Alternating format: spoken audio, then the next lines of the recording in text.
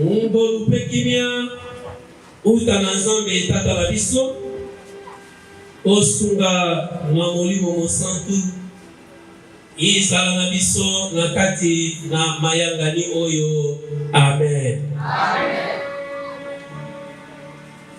Nzembo ya kopesa merci bato ya mokili mobimba boyembela yawe, bosalela yawe na esengo, boya epai na ye na banzembo, bosepela bondima ete yawe azali Nzambe, ye moto asala biso, tozali bato na ye, tozali ekolo na ye, bameme ye abokolaka, boya na lopango na ye pona kokumisa ye, bokota na ndako na ye pona koyembela ye, bopesa merci na Nzambe na biso pabate yawe azali malamu koleka, bolingo na ye ezali na suka te, ekotikala seko na seko. Amen. Tomonelisa. Merci l'Éternel Dieu Père de gloire, Dieu de miséricorde, Seigneur. Seigneur, tolingi kopesa yo merci pour tozali Nzambe malamu. Seigneur, toza kopesa yo merci pour un moment précieux oyo Nzambe na bikamwa oyo esilaki kobongisama pour na 40e jour, Seigneur, pour la défaite na biso Papa colonel émérite Mpete Daniel yawe Nzambe na bikamwa bandeko bayebi ete yo nde ozali souverain, yo nde opesaka, yo nde okamataka, nini tokoki koloba na yo. Seigneur, ta la famille et bien organiser un culte d'action de grâce en mémoire ya papa et pas na bosusu pepe et pas na lingomba azalaki diacre o ozanzam o kotika la mobeleza tika komona yo Nzambe yango Yesu aloku yawe Nzambe na bomoi yolo yesika mibale misato basereini yawe Nzambe ozali omilie na bango yawe Nzambe tolingi kobana na yo yawe Nzambe yo koshemine na biso Nzambe yo kokomisa biso na suka sous la conduite du Saint-Esprit. To Seigneur paina yo longola mosika na biso mabongisi nyonso ya muini Satan yawe Nzambe distraction pongi makelele yawe Nzambe kele bisika bikauki na kombo na yo Yesu Kristo. Seigneur, il a dit que aux âmes de Jacob na biso aux âmes koko na biso lokola Emmanuel kino na suka lokola Omega kemo lokumu pema sanjoli ekozoka mobele paina yo na kombo na moto mosusu te na kombo na mwana na Yesu Kristo yekolo pe mobikisi na biso nde tolobi. Merci Seigneur Jésus-Christ. Merci Seigneur Jésus-Christ. Amen.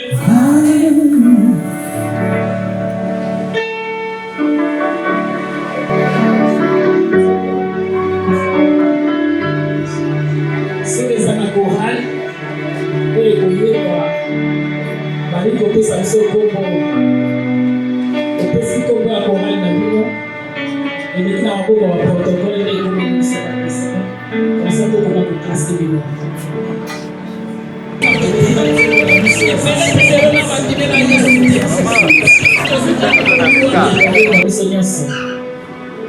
Yesu ndeko na bolingo yo lindinga mingi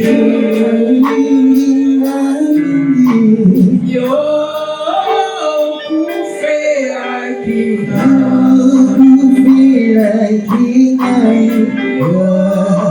talisi banzela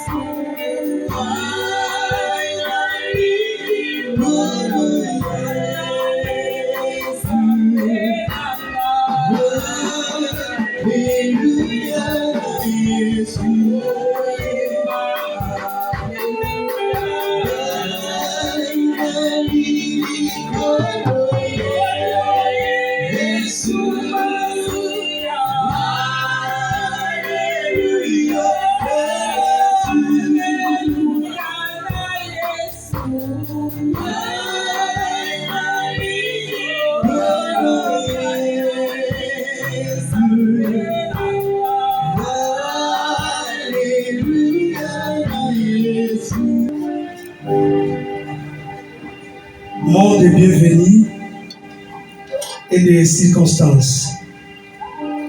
Excellence, honorable autorité politico-administrative et militaire, distingués invités, serviteurs de Dieu, mesdames et messieurs, bien-aimés dans le Seigneur. C'est avec un profond respect et une grande gratitude que nous vous souhaitons la bienvenue à ce culte d'action de grâce organisé en mémoire de notre regretté père, fait Petembe Chidiadia Daniel. La famille éprouvée par cette perte douloureuse tient à vous remercier sincèrement et n'oubliera jamais votre affection, votre solidarité, votre compassion et votre soutien moral et spirituel à son égard. Aujourd'hui, nous ne sommes pas réunis uniquement pour nous souvenir de celui qui nous a quittés, mais aussi pour rendre grâce à Dieu, souverain et maître des temps et des circonstances. À nos autorités politico-militaires, nous vous exprimons notre reconnaissance particulière. Malgré vos lourdes responsabilités, vous avez trouvé le temps d'honorer cette cérémonie de votre présence. Nous vous en sommes profondément reconnaissants. Que ce moment de recueillement, de prière et d'action de grâce soit une occasion pour chacun de nous de renouveler notre confiance en Dieu qui demeure notre soutien dans les moments de joie comme dans les moments d'épreuve. Au nom de toute la famille et de l'Église centre missionnaire d'Antioche qui nous dispose ce cadre de culte, nous vous souhaitons à tous la plus cordiale et bienvenue et nous vous remercions encore pour votre présence distinguée. Que Dieu vous bénisse. Je vous remercie.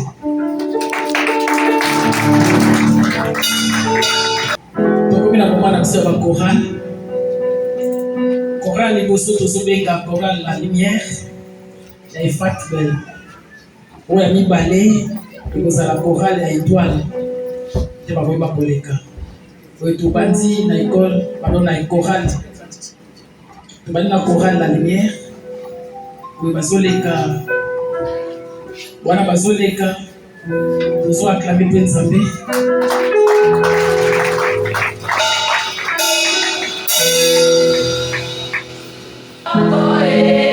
Kaina komaki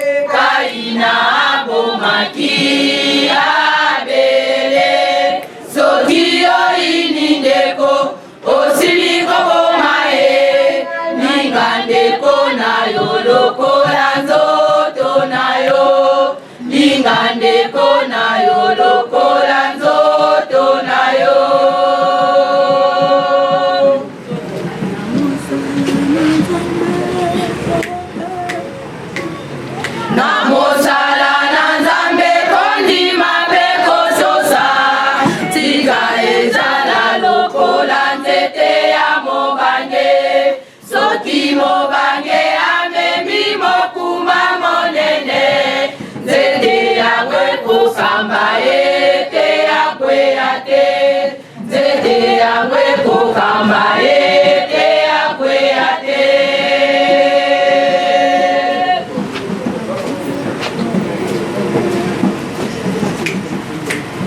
na mosala na Nzambe kondima mpe kodosa tika ezala lokola nzete ya mobange soki mobange amemi mokumba monene nzete yango ekokamba ete akwea te nzete yango ekokamba ete akwea te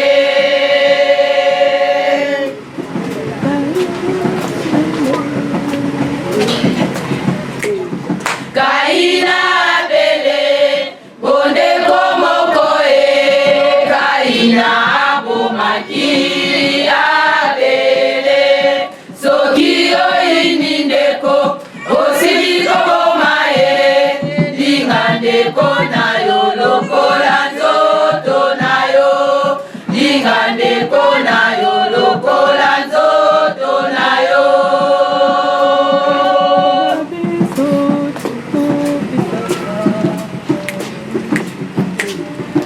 Magabo na biso tokopesaka tokobomba yango kuna na likolo kuna nde bayibi bakoliba te kuna nde bapese bakolia te kuna nde bayibi bakoliba te kuna nde bapese bakolia te.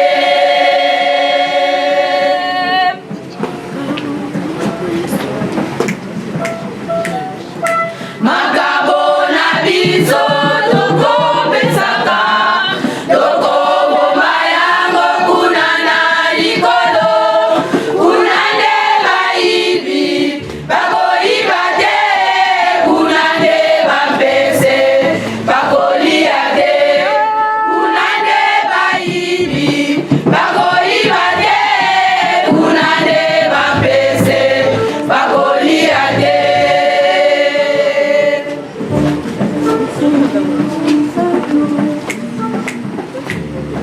Osomi ba radio na television machine ya kotonga yo tondisi dako kanisa malamu kamera yawe awana mokili tozali bapaya kanisa malamu kamera yawe awana mokili tozali bapaya.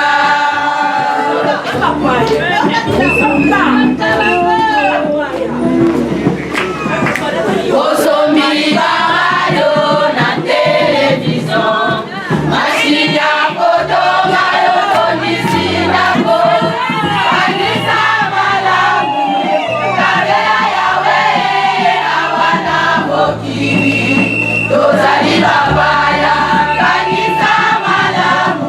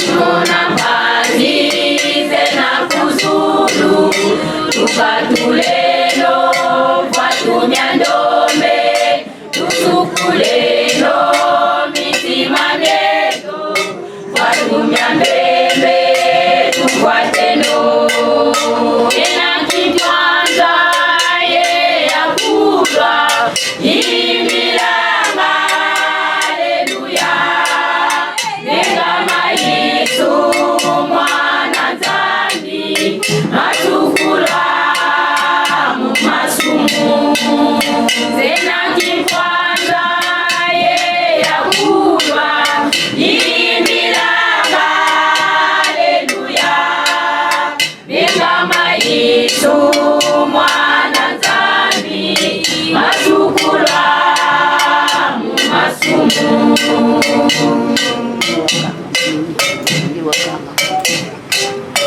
yeye wakamba mamumisiga na masumunya bila mutila tubaki kwanza kwa ngumu wangu kutenga mani babekisa yeye wakamba mamumisiga na masumunya bila mutila tubaki kwanza kwa ngumu wangu kutenga mani babekisa ena kikwanza ye yakulwa imbiranga haleluya negama Yesu mwana nzambi masukula mumasumu ena kikwanza ye yakulwa imbiranga haleluya negama Yesu mwana nzambi masukula mumasumu ena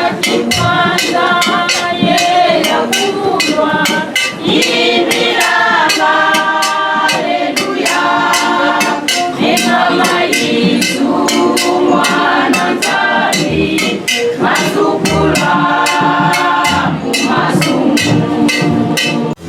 Aleluya, alosa, alosa, alosa, alosa.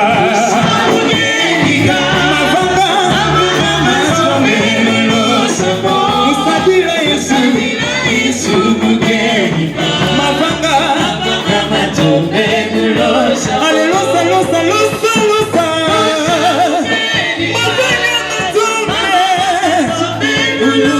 Musadira Yesu, mukenika. Mavanga.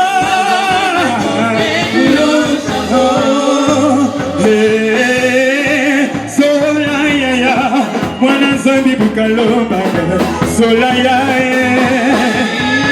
sola ya ya, mwana nzambi bukalomba. Sola ya yese yese ya ya, mwana nzambi bukalomba. Yese ya yese yes, yeah,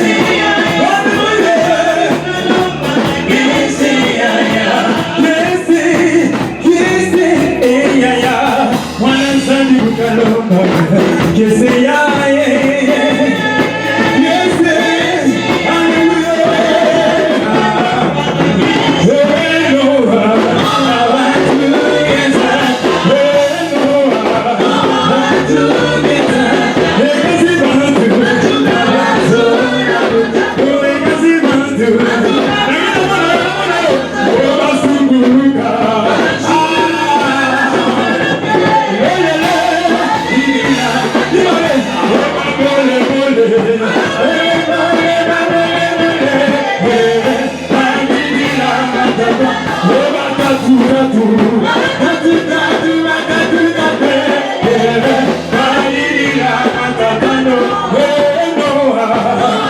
together.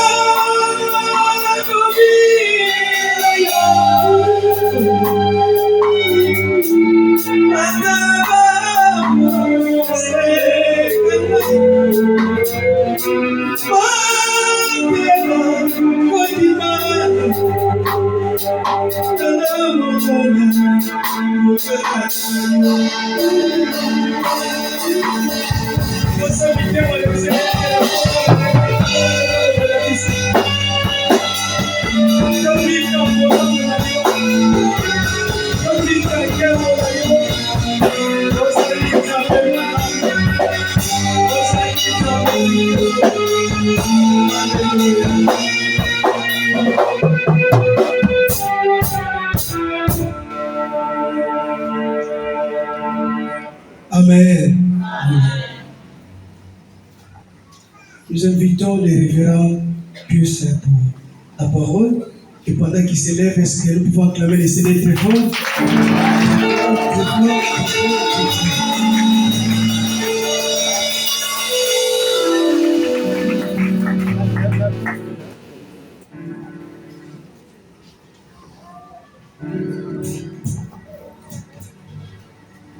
Alléluia. Nani mokunzi? Nani motei malamu? Betela Yesu Kristo maboko.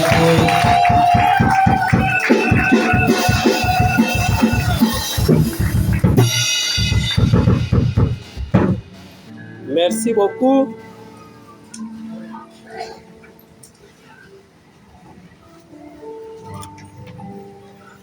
Tokotanga lecture biblique na biso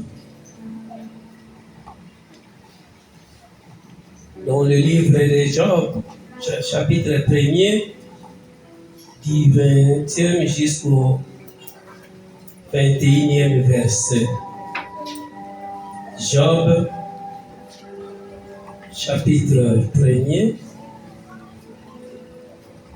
Nous allons lire seulement deux versets, verset 20 et verset 21. Tokotanga na mokala na Job, chapitre na yango ya yambo, tokotanga molongo na tukumi bale verset 20 kilo pe verset 21. Et puis deuxième lecture, chapitre 1 Thessaloniciens chapitre 1er, chapitre 5 verset 18. 1 Thessaloniciens chapitre 5 verset 18. Pour honorer la parole de Dieu, to kutikotelema esika toswami, totangi na kombo na Yesu Kristo. Je serai bilingue. Job atelemi apasoli kazaka na ye pe akokoli mutu. Sima amibuaki na mabele elongi na se alobi tango na bimaki na libumu ya mama nazalaki na eloko ata moko te na kozonga pe na eloko ata moko te. Yawe moto apesaki yepe moto akamati tika Yawe azwa lokumu. Tovandi.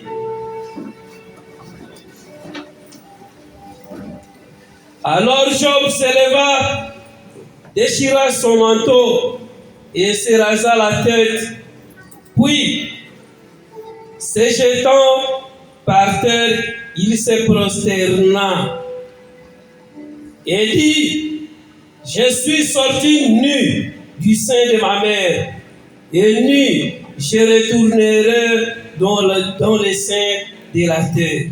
L'Éternel a donné et l'Éternel a ôté. Que le nom de l'Éternel soit béni. Amen. Bien-aimés, dans un kokanisa 40e jour, toza kokomemore mpona ntina na oyo azalaki papa Pépé diacre militaire colonel officier lelo azali susu na biso te. Je sais que mingi 40e jour basalaka makambo ndenge na ndenge, mais lelo toyende kobinela Nzambe, toye kotombola Nzambe, toye koluwe Nzambe, toye koeleve Nzambe, toye kobenir Nzambe. Amen. Maman na likambo na biso to kolobela na pokwa na lelo. Que le nom de l'Éternel soit béni. Que le nom de l'Éternel soit béni. Tika kombo na Yawe Nzambe epambola. Est-ce que moto akoki kopambola ya? Amen, amen. Est-ce que moi na koki kopambola papa na ye? Mais pour nini Job alobi que le nom de l'Éternel soit béni. Bien-aimé toyebi nini elekelaki Job na vie na ye. Satan a eu permission ya kokende kodétruire Job. Biloko bana asuki te akotiti na santé ya Job. Bien-aimé Job, tango apprendre nouvelle wana ke bana bakendeki pe bana bango nyonso basili ata moko aza envie te. Bible elobi Job apasoli kazaka na ye. Est-ce que ceux qui montrent une nouvelle Job apasoli kazaka na ye? Je pense que moto na liya salamabe. Alléluia. Peut-être les nouvelles wana que non, ndeko na ya kufi, to mona pe, moto va passer une nouvelle. Ah, papa kufi, baba ya kufi, moi c'est kufi. To kula pe ba mosusu, moi je kunye ko ngobali. Akokai ko supporter émotion wana, te. Mais Job a supporté. Toi aussi, tu dois supporter. Comme Job avait supporté, nous, étant que chrétiens, nous devons aussi supporter. Pourtant, on m'y pepe sakoya. Et sengeli, kota la kaebele balungwa kanaki bomwa na nzambe. Ebele, bakene ke bipai na bipai. Atoke de kotalisa. Pourquoi? Bien aimé. Loko la bana na nzambe. Toza na pouvoir ya kobenir nzambe te. Bénédiction oyo eza bobele kotombola nzambe. Nzambe aza souverain. Est-ce que nzambe asala kamabe? Nzambe asala kamabe? Mais lokola nzambe asala kamabe te. Puisque biso tozali milona na kati na jardin, moto na jardin na yesu ki alingi ali andunda, ali amatembe, ali apondu. Est-ce qu'il y a un négocier à retourner nani? Personne. C'est la volonté parfaite de Dieu. C'est-à-dire nzambe ye moko avandi atali na longola motu oyo pe aki.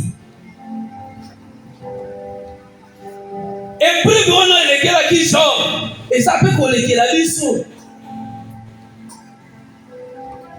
Et ça peut kolekela biso.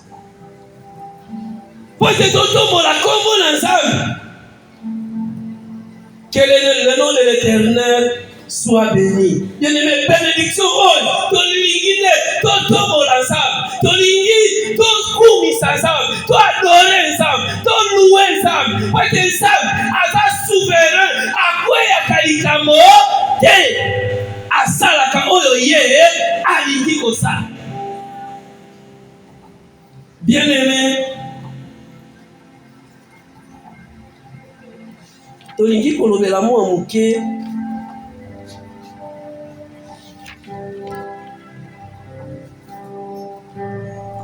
mutu moko na se na moi aza na droit ya koblame Nzambe te. Mutu aza na droit ya koblame Seigneur te. Mais yo okangelaka Nzambe, okabwanaka na Nzambe, obandaki kosambela ase parce que Nzambe akamati likonzi ya ndako nga na kosambela lisusu te. Ambo Nzambe apesi, Nzambe akamati. Tika kombo na Nzambe sala nini? Ezwa lokumu. Alléluia. Bien-aimé, kopambola Nzambe, otoli kopambola Nzambe lelo. Ezali kobela na nzela na koyemba, na nzela na kokumisa, na nzela na koadore ye, pona nyonso asili kosala. Biso toko benir Nzambe te. Po ete misolo biloko nyonso na mokili eza ya ye. Le contraire, ye nde apambolaka biso. Bien-aimé, esengeli kokumisaka Nzambe. Kokumisa Nzambe na moment ni. Alléluia. Alléluia. Okumisaka Nzambe na moment ni. Bien-aimé, eza culte de l'action de grâce. Okomona meme na badei. Tango kore eza liboso. Bato mingi bazalaka concentré na makambo mosusu. Mais nalingi ozala déconcentré lelo, ozala déconnecté lelo, ozala débranché lelo. Mais nalingi na branché yo, ozala connecté, ozala toujours na présence yanza. Alléluia. Bien-aimé, ezala moment ya esengo. Et c'est ça, je sais que parmi nous ici, il y a des pasteurs. Peut-être dans nos églises là-bas. Et c'est ça, dans mon moko, on va aller à Koufi, ailleurs dans l'Europe, on peut sa pasteur, qui est dans le bouton ensemble et puis à telle église, au église. Un pasteur, dis la vérité. Aussi, on voit. Si on voit, beaucoup de matin, on le dit. Et ça, mon moko, ayaka na enveloppe na ye. Pote, nzambe akamati mobile, nzambe akamati mwasi, nzambe akamati mwana, nzambe akamati mwana kasi, nzambe akamati. Mais ngai na ye kozongisa Nzambe merci. Bien-aimé, erreur grave. Oyo biso ba chrétien tout ça.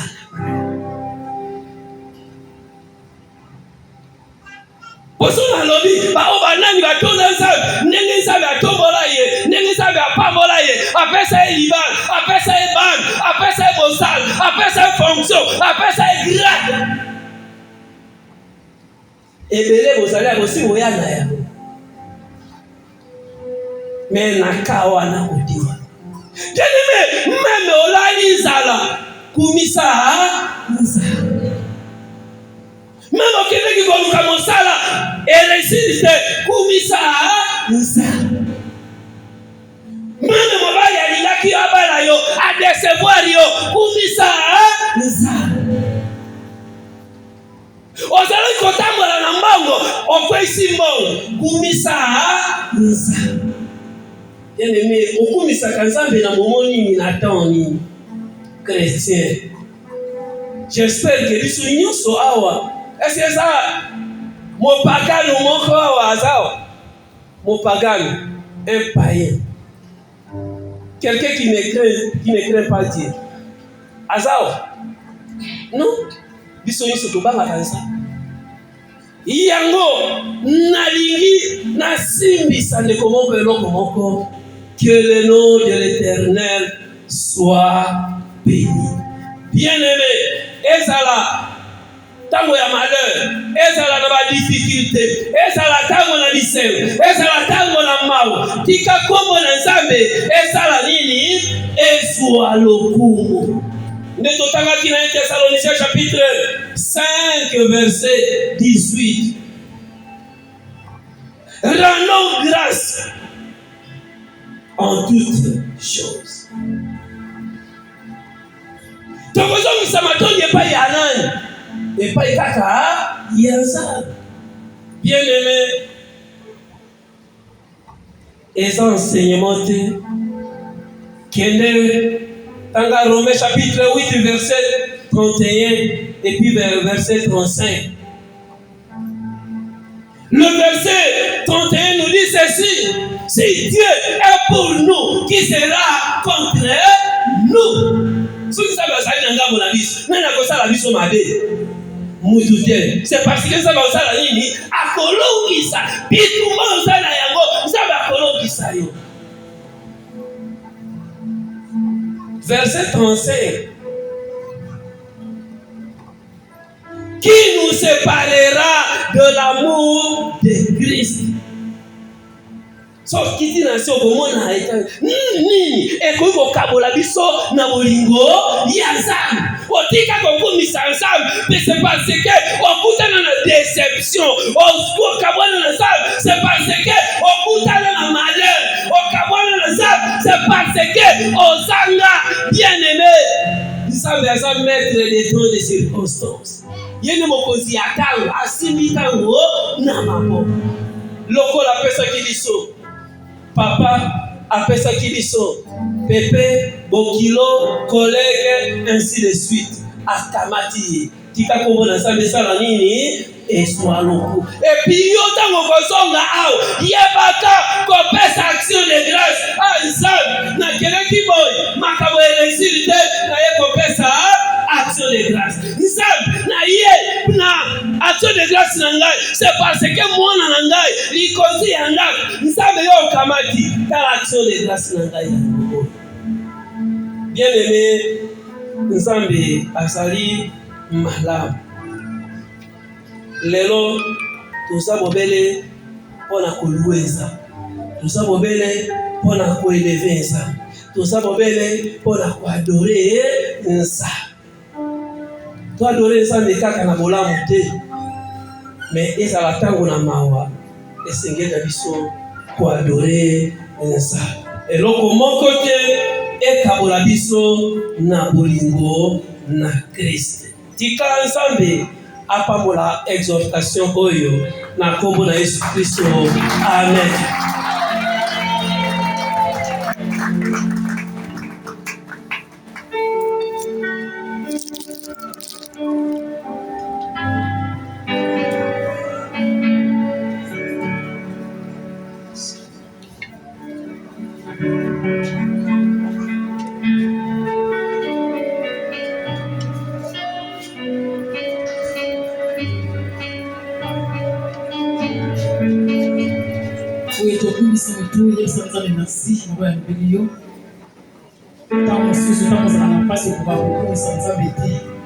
Merci, Nzambe merci.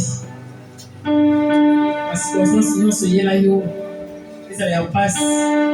Nous sommes merci. Ça va action de grâce pour Nzambe. Nous sommes merci. Tu connais tout. Tu sais merci par l'amour continu. Toutes les fois, tu vas la difficulté de pouvoir comme ça. Tu vas regarder et merci par l'amour. Mais Dieu te sait la mataka. Détourner la carte. Détourner la carte et te tirer biso. Mais le lot là ici c'est te tirer la carte sauter. On ça biso toujours le moment et ça nous passe. On te sur le lot là.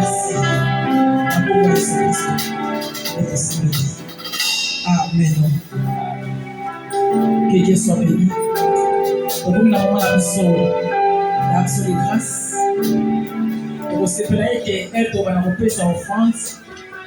Chorale ya discours. Pour appeler ça qui comme dans l'état. On va animer mission dans la mission ya offrande. Nzambe akalisolo malamu na ndenge oyo asakisi biso. Bandeko mingi toyebana kina misode kasi lelo tosili koyebana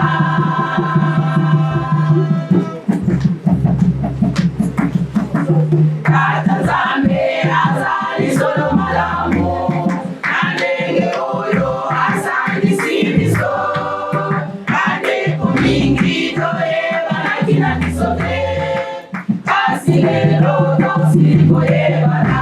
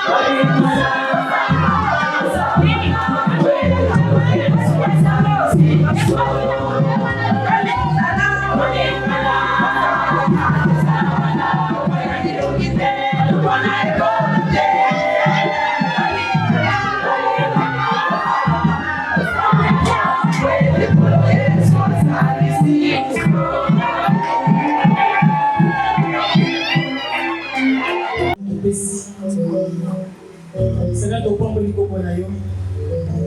On va quitter se présenter une fille de dévotion à notre Seigneur. Et on va m'offrir la mission. Et on pompe la sa provenance. On combat Jésus Christ au nom de sa vie. Amen. Est-ce qu'on peut encore taper ça? On va ici, Mindolo, la qui s'appelle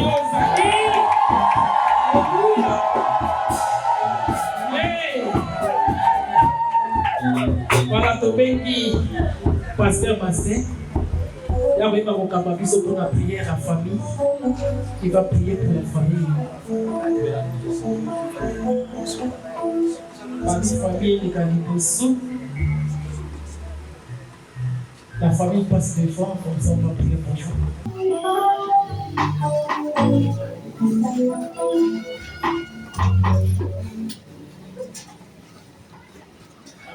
C'est un culte d'action de grâce. Alléluia. Amen. Ni toto doza me botoki. Yambo loba maloba. Ikolo ya libota o. Madondona yo kolo. Bona bona mo voyo. Omoli fiku ke boyo yo besi o besi ni sozila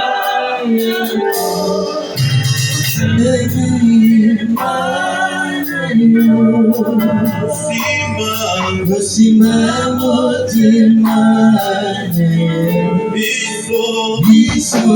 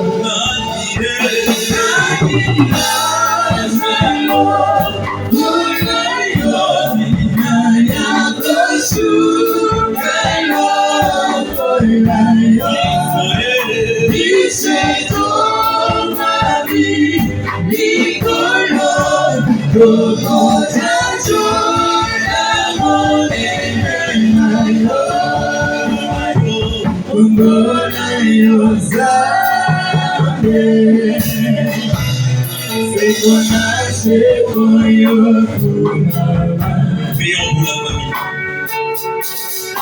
Dieu notre Père, il est écrit dans les livres de Psaume 68, le verset 5, tu es le Père des orphelins, le défenseur des veuves, c'est toi, oh Dieu. Nous te recommandons la famille Pété. Papa est parti, mais papa est vivant. Le Père par excellence, c'est toi.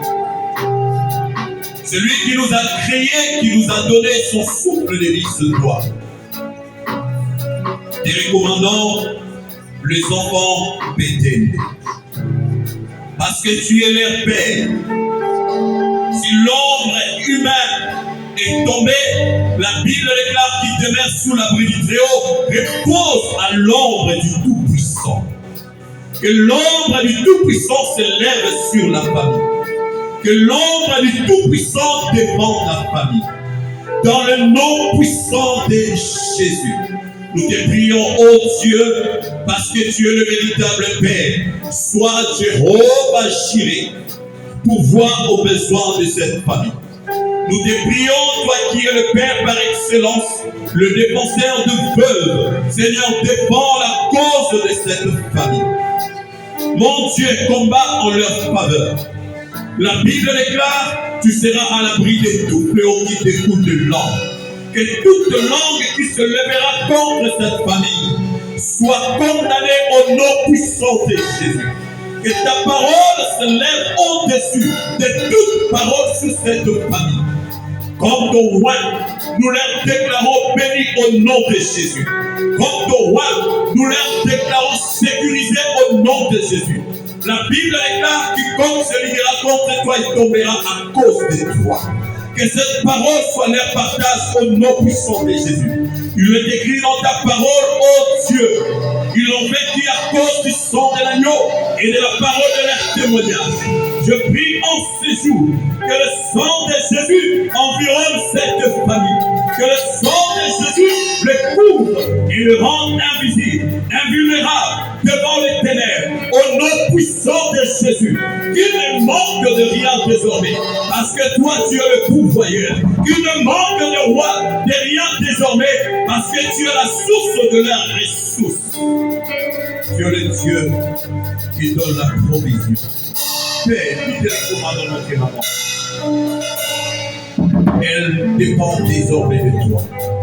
Tu es le défenseur de veuves. Seigneur, qui peut parler en sa faveur? Son mari physique est parti. Qui peut pourvoir à ce besoin? Son mari physique est parti. Qui peut réjouir son cœur? Son mari physique est parti. Si ce n'est que toi, le défenseur de veuves, Seigneur, pourvoir à ce besoin. Réjouis son cœur. Fortifie-la. Là où, oh Dieu, le monde peut parler du n'importe quoi, peut, oh Dieu, la mépriser. Mais toi, tu es celui qui la relève sur toi. Tu la relèves ce soir. Tu la relèves ce soir. Je prie que tu l'accordes la force intérieure. Accorde-la la puissance, le pouvoir de se lever comme une mère, comme Déborah pour sa femme. Je le demande au nom puissant de Jésus, car il est écrit ceux qui se confient en l'Éternel renouvellent leur force. Accorde-la la force du buffle, l'endurance de la gazelle. Le chemin est encore long. Et là, Seigneur notre Dieu, cette responsabilité, Seigneur, et conduire ces bébés, ces enfants qui sont restés. Je prie, Seigneur, que tu ne l'abandonnes plus jamais.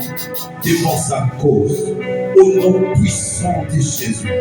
Oh Dieu, il est écrit, tout ce que nous lierons sur la terre sera lié au ciel. Ce que nous venons de déclarer en ce jour abroge toute loi qui condamnait cette famille autrefois. Et nous déclarons ce loi entrer en vigueur en ce jour. Au nom puissant de Jésus. Car il est écrit, quiconque te bénira sera béni. Quiconque te maudira sera maudit. En ce jour, seul Dieu reste le Père de cette famille. Seul Dieu reste le pourvoyeur de cette famille. Soyez bénis. Je déclare cette famille bénie. C'est là au nom puissant de Jésus que la grâce qui est en Jésus-Christ, l'amour des Dieu le Père et la communion du Saint-Esprit reposent. Au nom de Jésus, nous avons ainsi prié. Amen. Est-ce qu'on peut donner une bonne ovation à l'Éternel? Ah, tu acclames comme une acclamation, comme une grande action de grâce.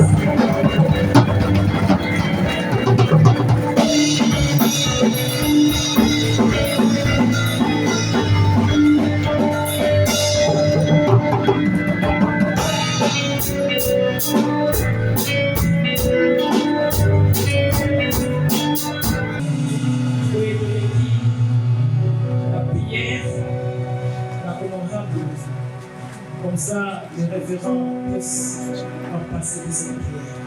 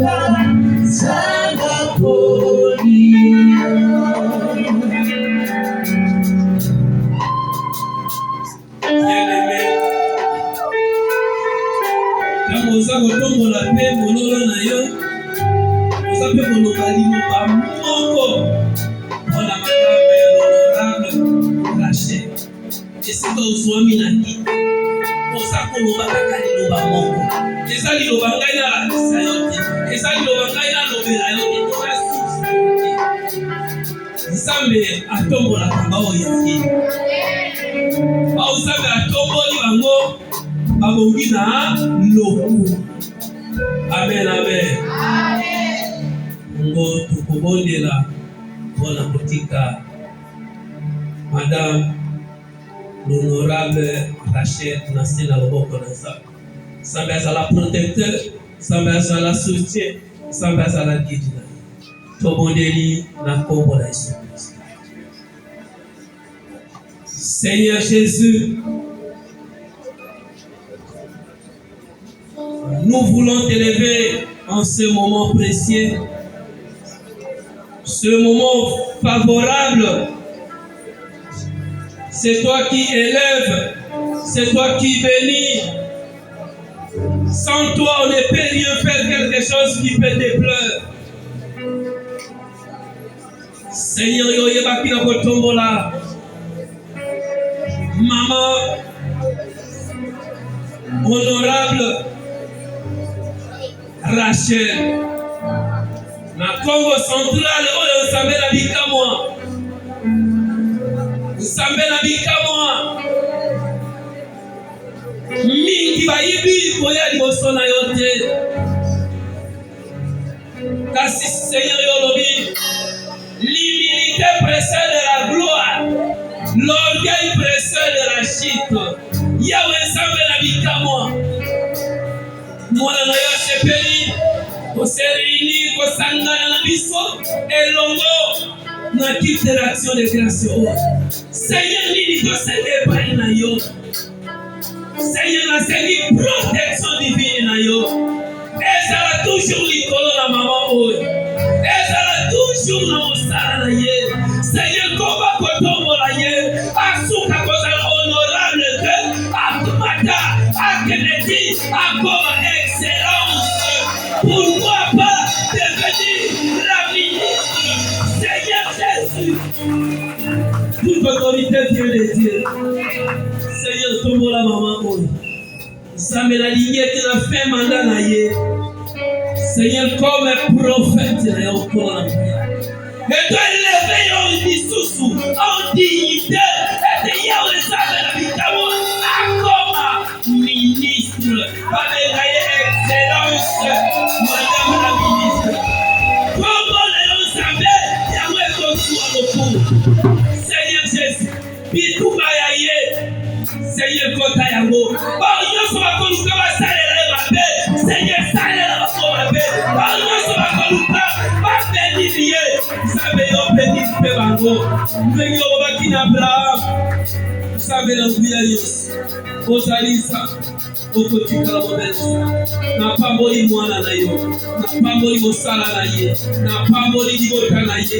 Napamboli baproje na ye. Napamboli santé na ye. Azala béni abondamment, richement, na kombo na Yesu Kristo. Ye mokozi, pe motomboli na bato nyonso nde tolobi. Merci Seigneur Jésus-Christ. Gloire et louange à toi Seigneur Jésus. Gloire et louange à toi Seigneur Jésus-Christ.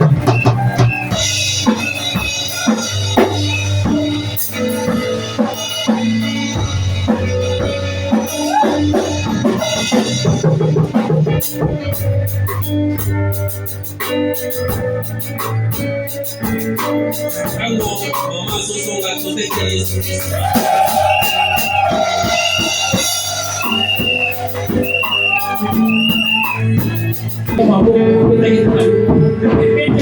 Yesu Kristo.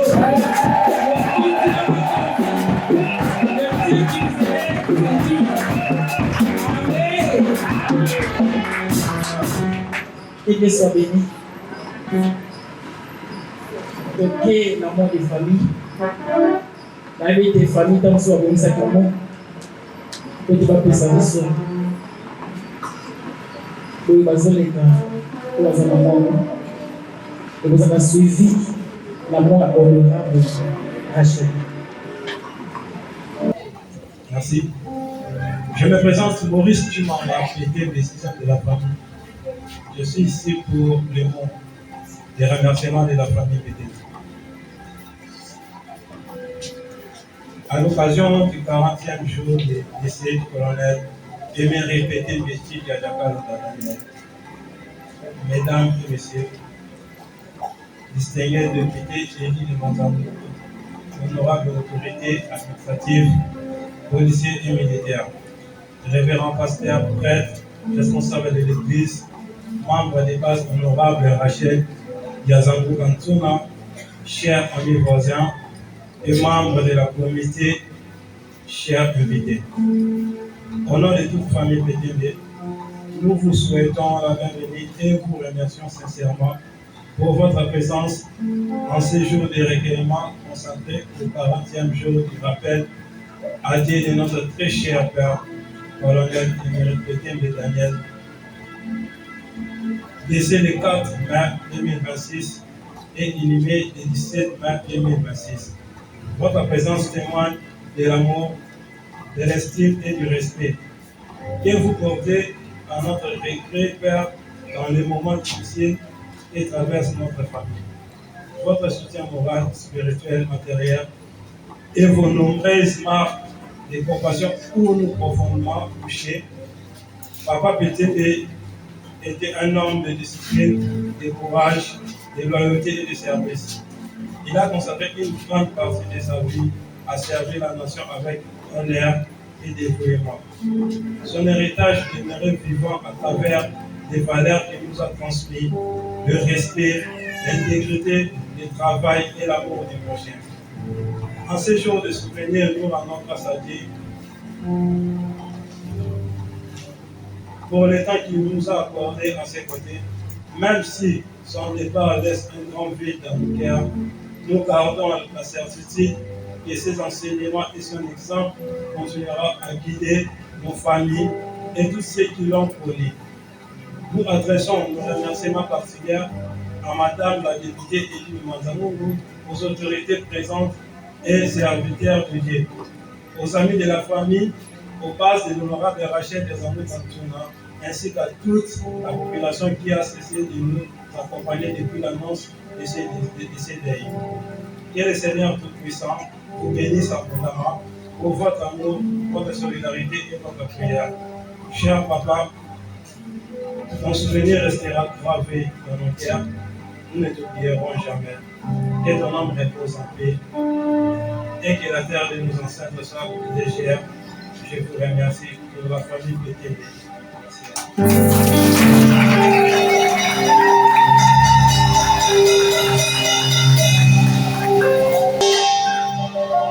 Merci honorable Rachel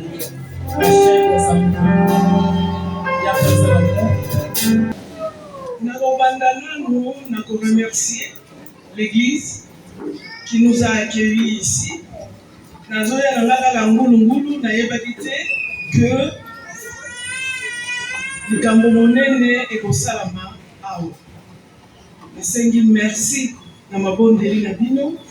Nasengi merci ndenge boyambi biso. Nasengi merci na bana ya Mbanzangungu nyonso oyo bavandi awa. Merci mingi.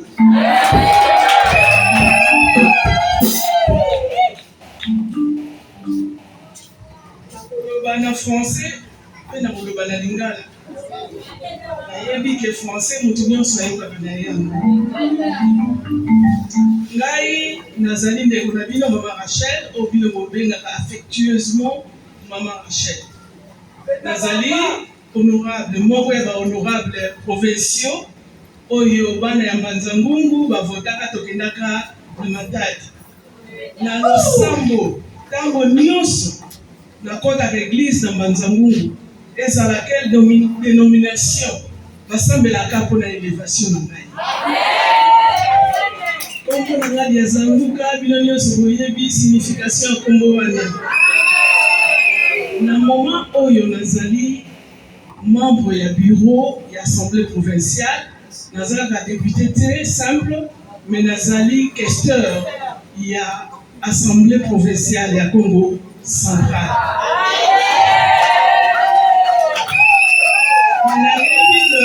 Na losambo oyo uti kotoka awa nayebi ke nakoya na témoignage. Nalingi koloba mingi te, mais naye célébrer na famille Betembe le 40e anniversaire ya liwa ya papa. Papa oyo tozo célébrer azali motuya epanamile. Jour oyo matanga ezalaki, ezali jour oyo babengaki biso d'urgence na Kinshasa epa ya VPM. Ti siko tozalaka kuna tozosala te. Mais lelo mwana lobi VPM alinga te nga na kokita na Mbanzangungu nakende honorer papa oyo ya valeur. En ce 40e anniversaire, jour du rappel à Dieu de notre regretté papa, je m'associe à la douleur de sa famille et de tous ceux qui l'ont connu. Aujourd'hui, nous rendons hommage à un homme d'exception, Un homme dont la vie a été guidée par l'essence du devoir, l'honnêteté et l'amour. Chaque fois nazalaki kokende epai ya papa oyo bandeko bapapa bandeko na nga basi na mibali soki okani osala likambo sala yango moko. Lelo naza na kolela makasi na motema parce que nazalaki toujours korekile jour oyo nakende kotala nzokande nzambe aza na plan na ye, nzambe aza na makambo mabongisi na ye.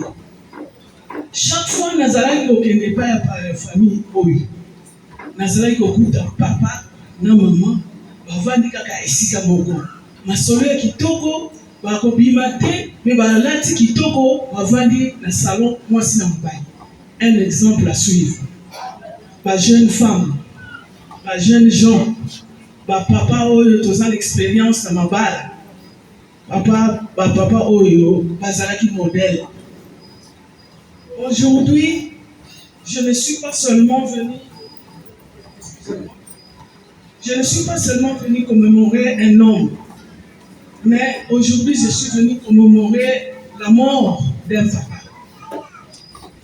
Il était aussi un père aimant, attentif à l'éducation de ses enfants et soucieux du bien-être de sa famille. Les valeurs de respect, de travail et de responsabilité, il leur a communiqué ça. Je travaille avec sa fille. Ozano oyebi na yote yesa bongise yo article moko boye yo corriger kaka bakisa ba idée oya yo. Vous avez vu la qualité de ces enfants. Ça reflète l'homme. Aujourd'hui, je ne parle pas seulement d'un homme, d'un papa, mais je parle aussi d'un militaire. Un militaire d'exception. Il a servi son pays avec dévouement, discipline et loyauté. Vous avez vu, vous avez entendu qu'il était colonel.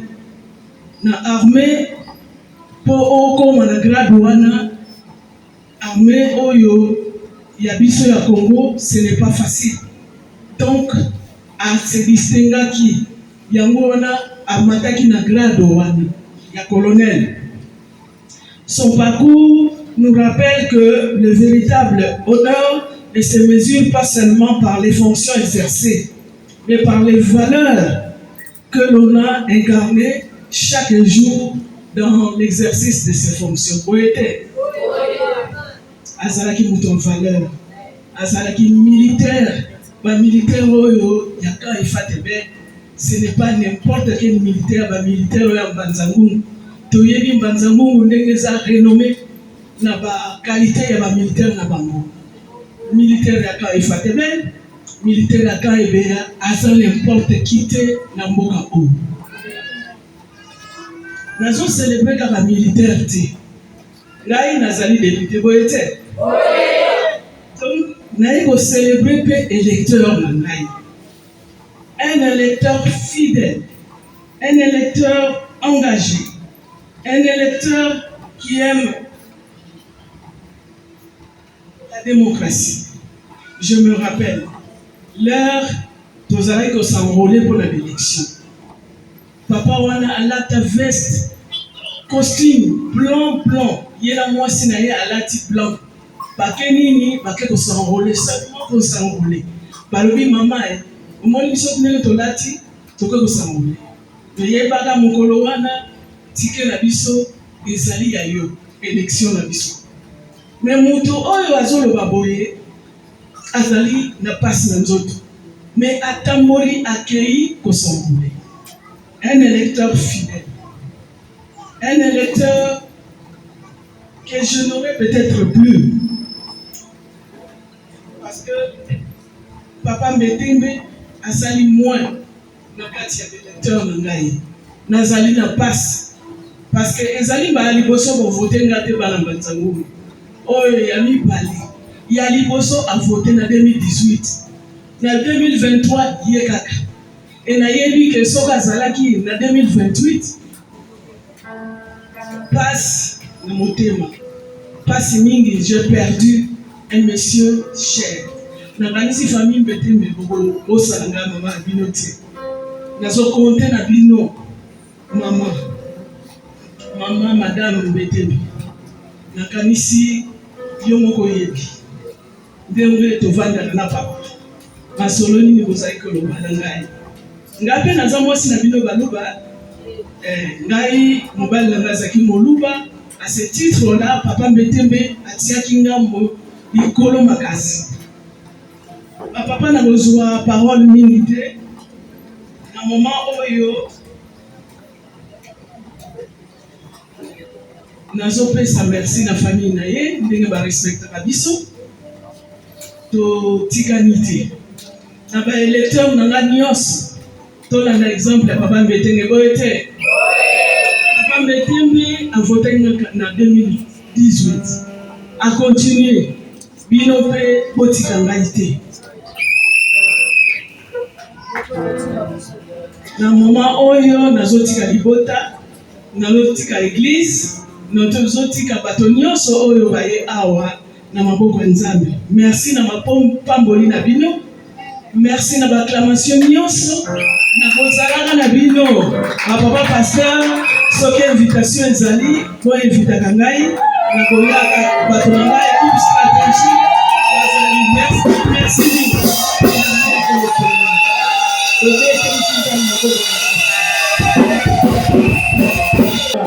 à part mort et honorable, il y a la mort et commandant d'Aïfas. Il a suivi la mort de l'église et la église.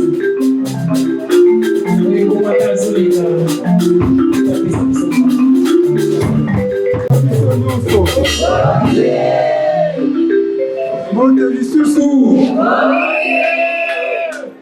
Nathalie Awa, en tant que commandant, Oyo Azalaki Kompuna ya Vieux Pétos. Vieux Pétos Azalaki, pas seulement un officier compté, mais c'était mon papa aussi. Il était aussi mon instituteur. Après, c'est mon enseignement. Bon, je ne fais pas un témoignage, mais je parle pour ma commémorer. Nanenge Atiki Biso. Mais Atiki Biso, Azakaka. Azana kati na biso awa ata to balubi to zongi to komona kae pembeni autika te ne to zo bazaki commandant zaki officier bravoure officier dévoué ba collègue na ye bazali au collègue na ye azali awa qui est pas un monument to tika ina moko azana mopandi wana ko mfunu mwana vandi wana yende basali na ye parcours ensemble kobandana efoti bakiba bitumba ya bakatanga wana bazaki na ye bayebani très bien biso tutebani très bien poto basoda yebo te mpona yango nakopesa kaka mwa exaltation na biso bao totikali toza nano mpo totikali te me toza comme on a toujours dit nous sommes les pèlerins sur cette terre des hommes et au moment voulu on va nous réclamer compte. Vous voyez, nous allons réclamer sur le compte. Nani, Nzambe. Ils vont nous demander qu'est-ce que nous avons fait sur la terre des hommes. Quelles sont les traces que nous avons laissées. Ok?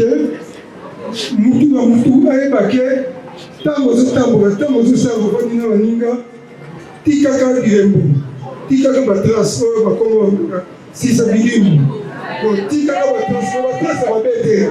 Oh ya bien, oh et comme ça la keba témoigner, madame pour la combo. Merci beaucoup. Je ne crois pas faire encore un discours parce qu'en réalité, le nom de l'église a été déjà donné. Dans le sens que c'est l'église qui avait confié la responsabilité de prononcer le mot de bienvenue et des circonstances. Mais que cela détienne, je vais parler même après les mots.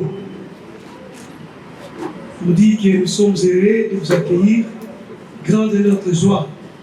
Parce que parmi nos papas et mamans, nos autorités, ce sont des gens qui nous avons de bons témoignages.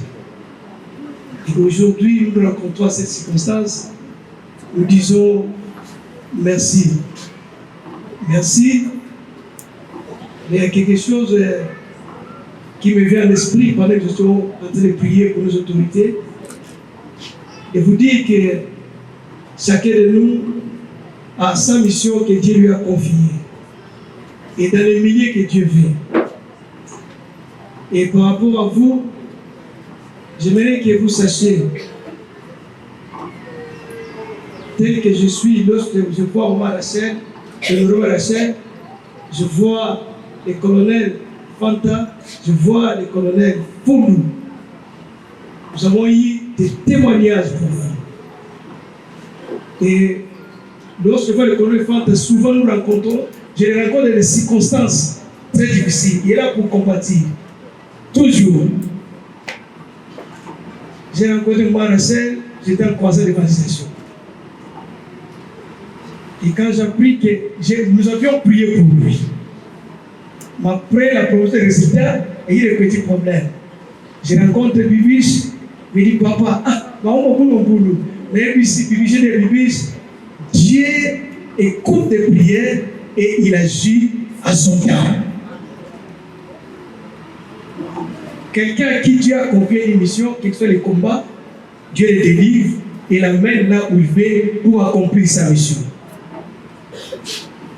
J'attire l'attention des autorités. Vous avez une génération à sauver. Par rapport au contexte de notre pays, sachez que vous avez une génération à sauver. Là où Dieu vous a établi. En politique, soit dans l'armée. Les pays souffrent et Dieu cherche les hommes et les femmes qu'il va utiliser pour sauver ce peuple. Et notre exhortation des autres de l'Église est que suivez un seul chemin qui est Jésus. Jésus a dit, je suis le chemin, la vérité et la vie. Nous prions pour vous dans l'Église. C'est lui la vérité. Proclamez la vérité partout. C'est ça que la mission que Dieu vous a confiée. Parce que vous devez sauver un peuple. Nous travaillons dans les sacerdoces. Dieu vous envoie dans la politique et dans l'armée pour sauver ce peuple qui souffre dans l'armée. Et à la famille, l'Église garde un témoignage. Lequel, quand papa est venu avec maman et tous les enfants ici, un jour, il voit le protocole pousser les loups. Papa et maman vont décider pour dire que jamais l'Église va payer la facture. Nous allons payer ça. Papa a été d'une manière officielle, les gens vont militer. Mais quand je suis écarté, oui, papa, au cours de pas été, même si on paye les factures, papa, tant que nous sommes ici, cette église ne paiera jamais facture. Notre frère là, avec combien on fait un mot en facture, ils ont dit, papa, ça là-haut, les gens on a lutté, de mon côté, comme ici, et si on a la bouteille, on a dit qu'on a les lots, parce qu'on mérite pas ça là, tout va là, on a tout petit peu quand ça mémoire à papa, parce qu'il a isé, il a bienveillance, c'est pas une ambition. Nous avons à Pambola, il faut d'abord. Maman Lobi, quand tu t'invites, tu invites, tu t'invites. On vous a invité, vous avez vu l'église. Nous sommes là, nous avons un projet de bâtir le temple de Dieu ici. Nous sommes dans la gare, nous nous montrons si nous avons bateau, tout le monde au moment voulu, la respect de Dieu, si on le casse à la vie, si on voit les sentir les portes de Jacques et le nom de la chose, nous, on n'a pas la petite de. Qui vous commence à la mission, hein? Moi, on a encore, on a soldat, on a encore. Tu as la quantité, il y a 5 ans pour le boulot. Mais celui qui a au moins le casse à la Comocanda, il y a un candidat, on va faire ça, on continue. Nous voulons commencer, là, nous voulons commencer. Toute cette fondation boulot, cette année, avec les pays que nous allons bâtir les temples de Dieu. C'est pour ça que nous avons dit que À cette occasion, l'église pour l'occasion, même ça va commencer la biso, la onza va kopesa bino, bokanisa bino, bokanisa biso. Soki kopesa lokasa ye, d'accord. Soki koyate, moni mosantu akanisa, apesa no akanisi que eto mozo tongwana pour le coup ya nzambe. On va bâtir ça. Merci beaucoup, que Dieu vous bénisse. Voilà, que l'église est vraiment dans l'ombango, que l'on va faire 2 points, étant que la service à protocole. Premier point, il y a Sabino merci. Nabino nyonso batu boyaki na oesika botiki l'activité nabino et famille à le merci. Merci mingi na autorité nyonso bazali awa vraiment botiki ba service makambo ya lolenge na lolenge boye awa et pas ya ba colonel na biso mais aussi et pas maman na biso ndona ngudi ya nkangu ngudi ya bana mama Rachel ya zanguka sona mama ya bana tokati sina bongo pour maman voilà maman Rachel merci parce que famille est honorée na présence na yo na koya na yo na oesika famille baza vraiment honorée pour se sentir que réellement aux arts vrai leader na biso aux arts modernes na biso pour témoigner pour témoigner quand et deuxième point ezali toyoki mateya tolié spirituellement mais tusolele mpe nga tukotwa tapika fioti nga tukofi mwana pipa fi mwana nguma imoni na vo programme na biso eza boye bandeko nyonso oyo bazwaki lokasa bainvité kubanda na mama Rachel bacolonel na biso et autorité nyonso bazali awa quelques bainvité bandeko ya Evokedi bandeko ya presse JC Luvoalu pe bandeko mosusu bangonde bakokende na hôtel d'Isaïr nazongeli baautorité bandeko nyonso bazwi lokasa mama Rachel bango nyonso bangonde bakokende na hôtel d'Isaïr biso nyonso totikali toyaki koyemba toyaki église tozali base ya mama Rachel bana mama Rachel boyebi ndenge tozalaka respect eza boye te tolakisaka toza bana mama Rachel église soki ebimi fanda na yoka place wana fandaka place wana bakoriste nyonso église ntango ebimi fanda na kodeplace te posoko deplace tolongoli 3 boules ya lipa okozangela yango efandaka place ozali et le reste tokozala na hôtel d'Isaïr. Voilà na mokuse oyo programme tozalaki nango. Merci.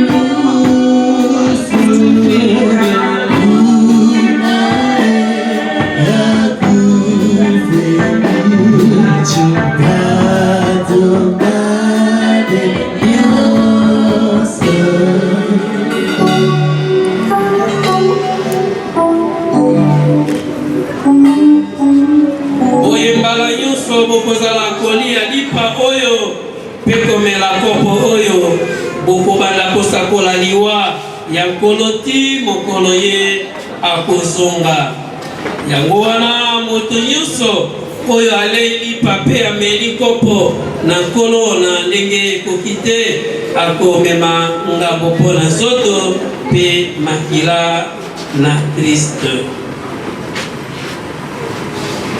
Tobonelisa Seigneur, te pèse merci dans le moment précieux.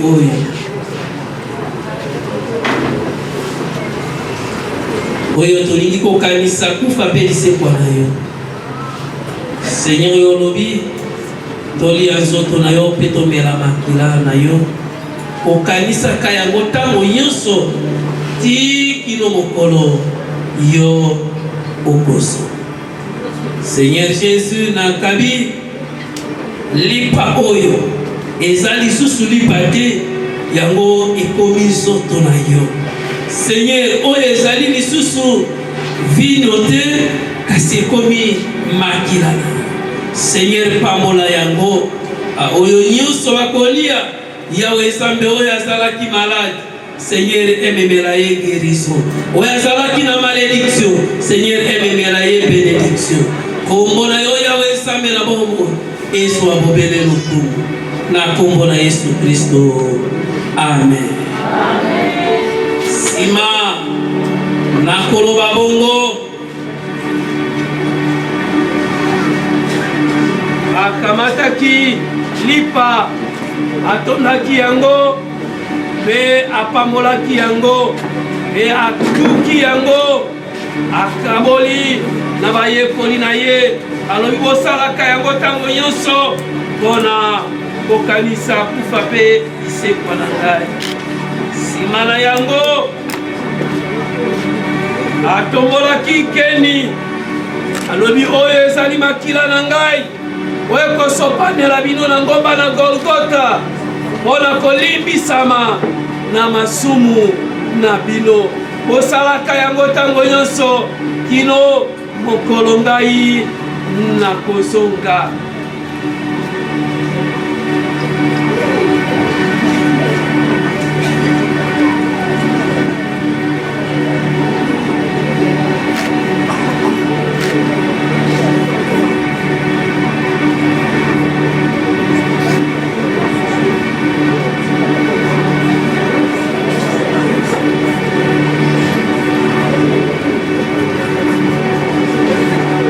Ndeko boko sunga biso so simbi kama lipa boko o manda ko simba simba Yesu te bapona te simba kala songi amusa ko sala mana olengi officiel le Seigneur nous a aidés